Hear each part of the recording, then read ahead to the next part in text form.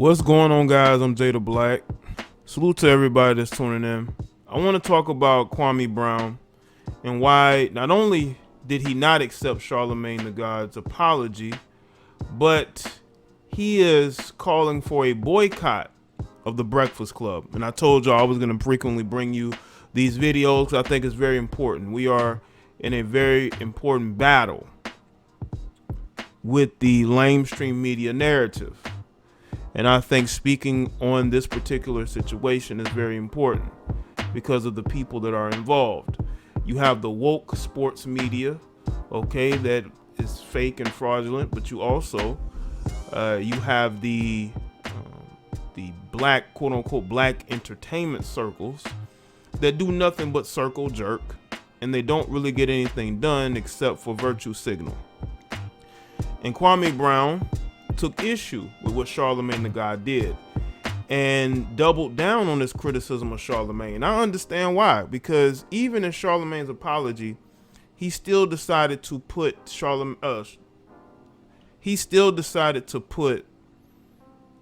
Kwame Brown's father's name out there, because he used a different name before. Then he used his, I believe, the name known more locally in that area. And it seemed to me that Kwame has taken issue with that, and I can understand it because Charlamagne is the type of guy who believes he's smarter than he really is, and I think that in his worded, pre-written apology, he may have done that intentionally. And I can understand having vitriol towards somebody who put out your family's information. And he even said on air he didn't have all the facts, but he put it out anyway, in an attempt in his way of saying that he was trying to be funny. But no, you were trying to protect your buddies with Matt Barnes, aka Becky with the good hair, your buddies with Steven Jackson. And you put that out there to push this narrative that he's violent, he's crazy, he's just going on tangents just because this is a guy who was quiet for years when people mocked and ridiculed him. He remained quiet. He didn't say anything. When people like Stephen A. Smith would mock him over and over and over, built his ESPN career off a couple of different things, but one of them was being a Kwame Brown hater. Not a hater, but a Kwame Brown mocker. He would mock him like he's the biggest draft bust of all time. We've seen some very big draft busts. He is not one of them. The guy played in the league for 12 years, made a lot of money, took care of himself and his family. And Charlemagne wanted to push this narrative to sort of put out there that Kwame Brown is having an episode, when really he is reacting to people mocking him. When none of the Smoke podcasts mocked him on two different occasions, I can understand why he would take issue with that too, because he was teammates with Steven Jackson. I don't think he had any issues with Matt Barnes. Those guys respect other NBA players, but in those moments that caught Kwame Brown's attention, they showed him absolutely no respect. And those are the type of guys who are being, I want to say, in a way, backed by Charlemagne. And that's why Charlemagne was trying to push this narrative, put all this guy's family. I have never seen somebody's family business get put out there the way Charlemagne the God put Kwame Brown's family business out there. That was totally unnecessary. Now, I did a video and I responded to Charlemagne, his apology, and I was a little bit more diplomatic in that video because it seemed to me that it seemed like he realized that he messed up and he wanted to cover his tracks. Not only that, there were a lot of people on his head like Funkmaster Flex and some others, and they're going to continue to go at Charlemagne. And I was a little bit more diplomatic in that video, but I understood that why he did it, and I said it. This is damage control. It's damage control. He doesn't care about the people amongst corner. He cares about the people who pay him, the people who follow him, not looking like looking like a complete idiot, realizing that he went way too far to protect his buddies.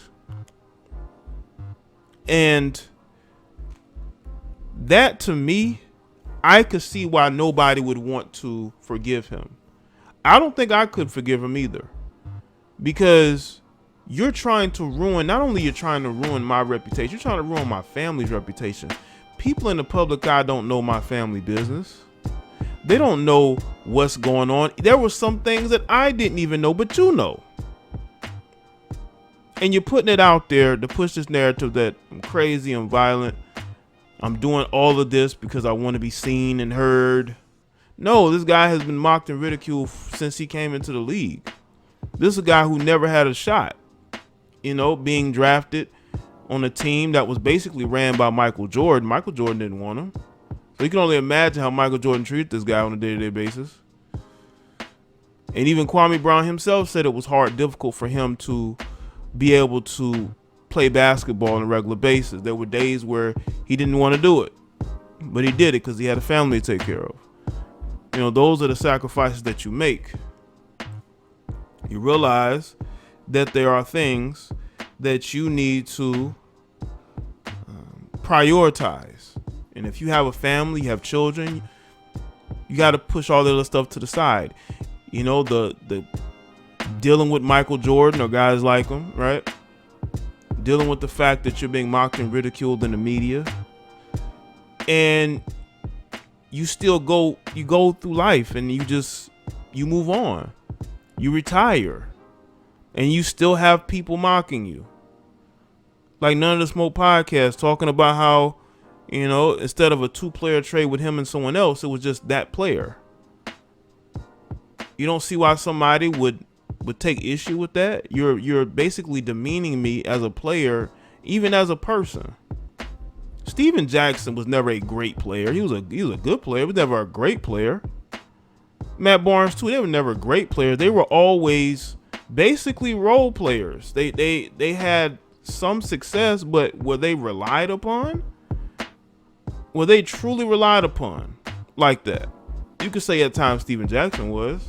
He was relied upon, right? But for the most part, these guys were ex-players, and they still demean this guy, even though one of them were teammates with the guy. For what? Just for a laugh, a chuckle? You wouldn't want... Listen, these are the same guys that will defend current NBA players from any type of criticism. But you're willing to make fun of and mock Kwame Brown in the presence of Jeannie Buss, in front of this Caucasian woman, for a chuckle, right? So when you look at this entire situation, it was unnecessary. It really was. Charlamagne thinks he's funnier and smarter than he really is, but he made himself look like a joke, and that's why people are going in on him now. People like me. And some others as well, and we're gonna keep the pressure up. Now, as far as the boycott is concerned, they're not gonna fire Charlemagne. There's no way they would ever fire Charlemagne. I think that if enough pressure is applied, they could fire him. But as Kwame Brown mentioned, there may be women protecting him. I believe that because melanated women have a lot of say-so socially.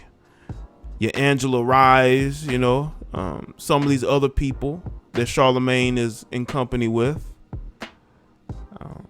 they do look out for him, and they will never criticize him, because them criticizing him will be the kiss of death, and that's not going to happen because he's so deeply, connected with those women that's just not going to happen. That's just not going to happen. So I don't think that he had to, Kwame had to accept Charlemagne's apology. I think Charlemagne is full of it. I think that Charlemagne has certain tendencies that are weird. He makes a lot of jokes about, a lot of gay jokes. on his podcast with Adam Schultz. Adam Schultz. He alludes to certain things. That's just the type of guy he is, right? He does a lot for shock value. Now, a lot of it could be for shock value, but that could just be who he is. That could just be who he is with weirdo tendencies. And the fact that you're seeing a movement of people organically support somebody like Kwame Brown, it just shows you that people are tired. Doesn't matter what political side that you particularly are on. People are just sick and tired of having to deal with this controlled narrative, okay, this buddy system, no accountability. People want to follow somebody who actually is authentic and not fake and fraudulent. Now, you got some people that are starting to hate on Kwame Brown. I mean, it is what it is. I mean, listen, if I could not grow as fast as he did and putting out a message that people want to hear, maybe I would dislike him too. But I'm not that type of person. I'm not built to hate on nobody else. I don't hate on nobody's success.